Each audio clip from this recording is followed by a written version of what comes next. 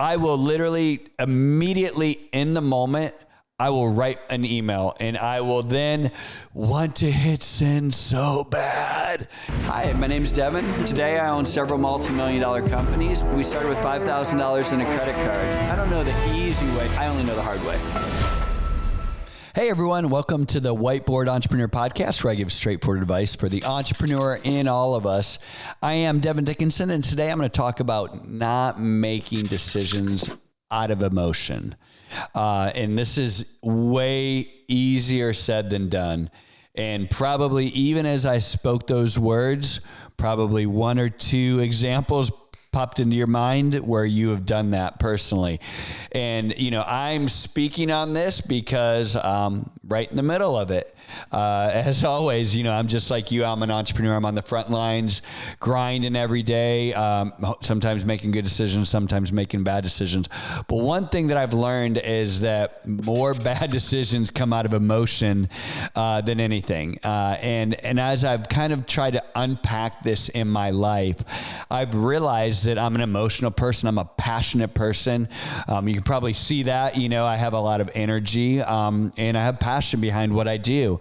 And you think about this, and our companies in a lot of ways are just like our children, and we all have passion around our kids and those we care for and those we love. And, I see parents do some crazy things and make some crazy decisions when it comes to their kids.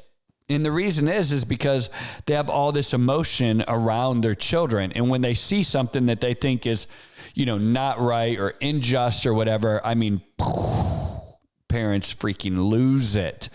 And oftentimes do irrational things, make bad decisions that hurt their kids, that hurt themselves, that hurt their reputation. I'm guilty of it. We all are, right? But not only on our children's side, but this is true in our business as well. And a lot of times we will make decisions as leaders out of emotions. And what I've learned is that's never good, right? Your emotional response is valid, right? Someone, a competitor does something.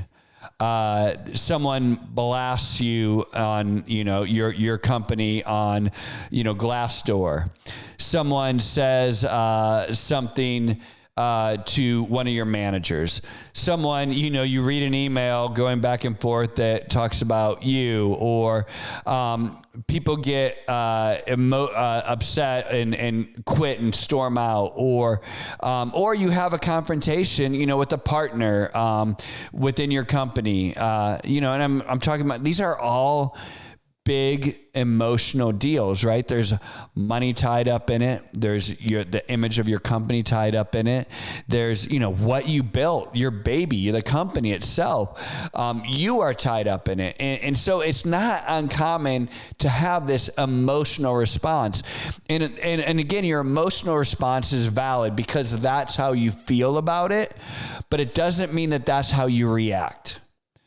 Right? Because as a leader, we have to rise above the emotion and get down to the understanding of the problem. And just because other people are emotional doesn't mean that you have the right to become emotional, because you're the leader. You're the one that runs the company. You're the ultimate decision maker. And so you're the one that can literally, somebody else makes an emotional decision and damages, does something. It's one thing. But if you as the leader do it, it's a whole different set of ramifications. And so, there's a lot of rules that I like to follow here because, like I said, I'm an emotional person. I've had to deal with this myself. I will literally immediately in the moment, I will write an email and I will then want to hit send so bad because I want to justify it. I want vengeance, I want whatever, right? I want justice, right? And I will then send that email to myself. And I will then read that email the next morning. And if I have an absolute peace and I'm less emotional, now sometimes the next morning I'm just as emotional as ever, and then I will send it to myself the next day until all of a sudden I can get my emotions under control and really look at the situation and the subject and really deal with it in the right headspace in a logical manner and look at all angles, right? Look at the other person's angle, look at, the facts of everything, really try to decide, are there any learning moments in this? And then if I still feel the same way and I still feel this is right, and this is not just out of emotion, this is the right thing to do. It's the logical thing to do. And here's the thing, good will come from it. That's the key. Is good going to come from me sending this, right? Or is it just that I'm going to have justice, right? Because, simply fighting back, if no good comes from it, why would we even bother, right? Again, that's just out of emotion. It's a reaction. And so I have to kind of go through those different rules in my head. Like, if I send this, is it right? Is it truthful? Have I looked at all sides? Have I stripped out my emotion? And if I send this, will it create good, or is it going to throw fuel onto the fire? So that's one thing I do. I'll send the email. The other thing I will do is I will find someone who is not attached to this situation at all. And I will tell them, listen, I'm going to tell you the situation, and I want you to tell me how I'm wrong. Like, that's your job. Tell me that I'm wrong, right? And even if you don't think I am wrong, please try to show me the other side, right?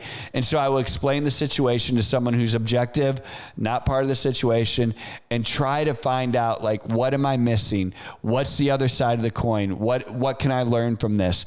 And that person's job is to help me with this. And I do this for other people as well. Like, hey, listen, let me tell you the other side of the coin, right?